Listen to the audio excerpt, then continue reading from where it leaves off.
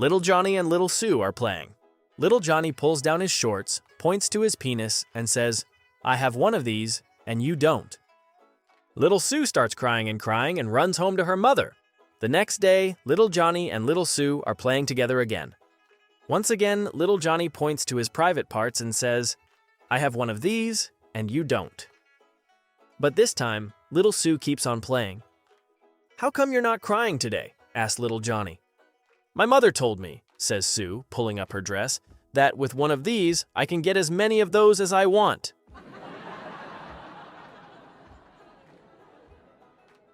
Little Johnny walks a cow through the village square.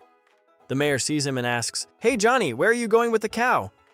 "I'm taking her to the bulls so she will get impregnated," answers Johnny. The mayor is shocked and says, "Surely your father had better be doing that." Little Johnny thinks about it for a bit and shakes his head. "Nah, I think it's really best left with the bulls."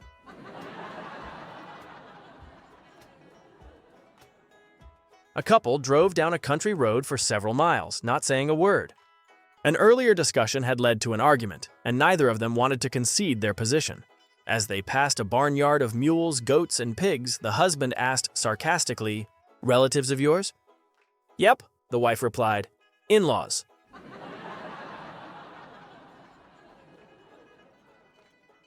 Little Johnny's neighbor had a baby. Unfortunately, the baby was born without ears.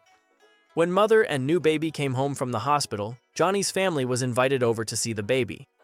Before they left their house, Little Johnny's dad had a talk with him and explained that the baby had no ears.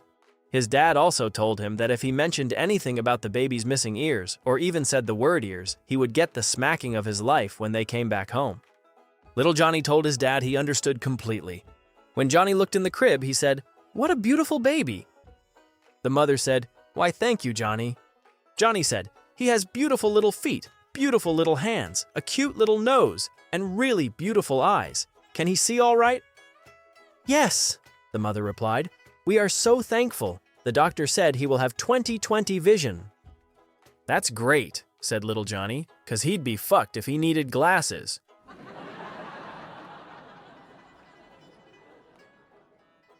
One day, Little Johnny came home from school and asked his mom what they were having for dinner. She said that it was a surprise, and he and his brother would have to guess what it was after they tried it. Well, dinner time came, and they started eating it, but they couldn't figure out what it was. So Little Johnny asked his mom for a hint. She said, "Okay, I'll give you a hint. It's what I call your father." Little Johnny said to his brother, "Quick, Bobby, spit it out. It's an asshole."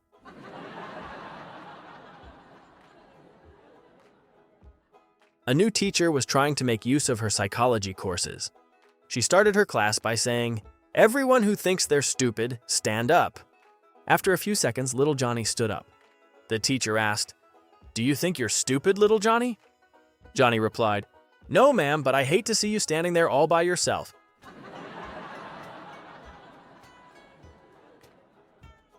One evening, Little Johnny, his brother Little Jimmy, and their father, Big Jimmy John, sat down to eat supper. Big Jimmy John turned to Little Jimmy and asked, "Little Jimmy, what would you like to eat first?" To this, Little Jimmy replied, "I want some of them fucking peas." In a flash, Big Jimmy John slapped the shit out of Little Jimmy. "Now what did you want to eat first, Jimmy?" asked his father. "I want some of them fucking peas," said Jimmy. Big Jimmy John then backhanded Little Jimmy clean out of his chair and halfway across the room. Little Jimmy shook it off and promptly returned to the table, where his father once again asked, "Little Jimmy, now what would you like to eat?" Once again, Little Jimmy responded, "I want some of them fucking peas." Furiously, Big Jimmy John snapped, savagely beating Little Jimmy, leaving him bleeding and unconscious on the kitchen floor. Returning to the table, short of breath and trying to regain his composure, Big Jimmy John turned to his other son, Little Johnny, and calmly asked, "Well, Little Johnny, just what would you like to eat first?" Little Johnny, glancing at his brother on the floor, turned back to his father and quickly exclaimed, "Well, you can bet your sweet ass, it ain't none of them fucking peas."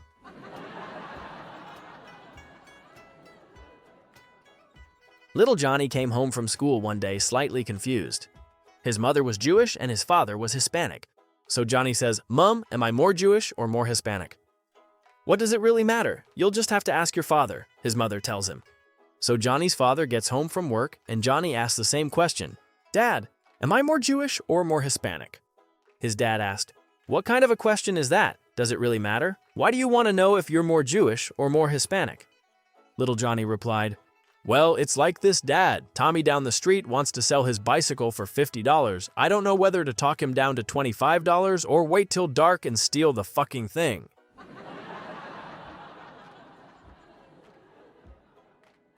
A teacher cautiously approaches the subject of sex education with her 4th grade class because she realizes little Johnny's propensity for sexual innuendo. But Johnny remains attentive throughout the entire lecture. Finally, towards the end of the lesson, the teacher asks for examples of sex education from the class. One little boy raises his hand and said, I saw a bird in her nest with some eggs. Very good, William, cooed the teacher. Little Esther raised her hand and said, My mommy had a baby. Oh, that's nice, replied the teacher. Finally, little Johnny raises his hand. With much fear and trepidation, the teacher calls on him. I was watching TV yesterday, and I saw the Lone Ranger.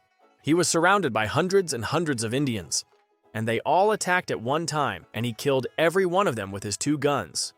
The teacher was relieved but puzzled. She asked, And what does that have to do with sex education, Johnny? Johnny replied, It'll teach those Indians not to fuck with the Lone Ranger.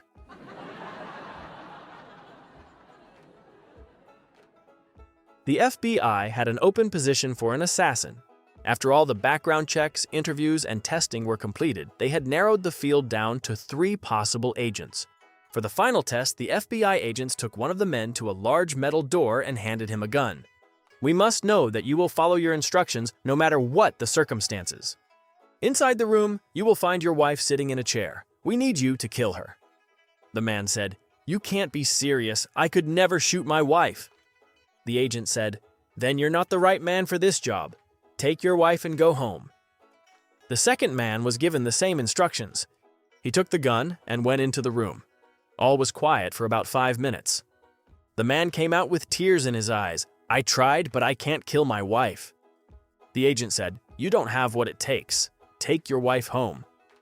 Finally, the last man was given the same instructions to kill his wife. He took the gun and went into the room. Shots were heard, one after another. They heard screaming, crashing, and banging on the walls. After a few minutes, all was quiet. The door opened slowly, and there stood the man, wiping the sweat from his brow.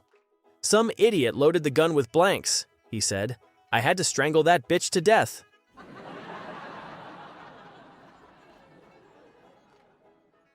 A nice, calm, and respectable lady went into the pharmacy, right up to the pharmacist, looked straight into his eyes, and said, I would like to buy some cyanide.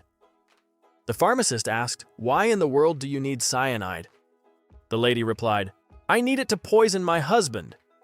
The pharmacist's eyes got big, and he exclaimed, Lord, have mercy. I can't give you cyanide to kill your husband. That's against the law. I'll lose my license. They'll throw both of us in jail. All kinds of bad things will happen. Absolutely not. You cannot have any cyanide. The lady reached into her purse and pulled out a picture of her husband in bed with the pharmacist's wife. The pharmacist looked at the picture and replied, Well now, that's different. You didn't tell me you had a prescription.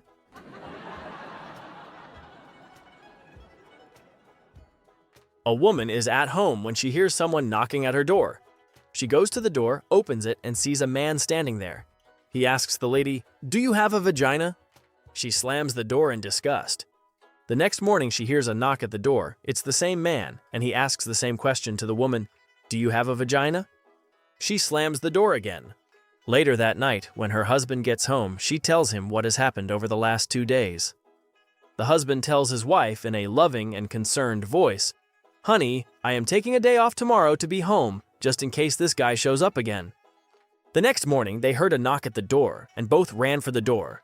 The husband whispers to the wife, Honey, I'm going to hide behind the door and listen. And if it is the same guy, I want you to answer yes to the question because I want to see where he's going with this. She nods yes to her husband and opens the door. Sure enough, the same fellow is standing there. He asks, Do you have a vagina? Yes, I do, says the lady. The man replies, Good. Would you mind telling your husband to leave my wife's alone and start using yours?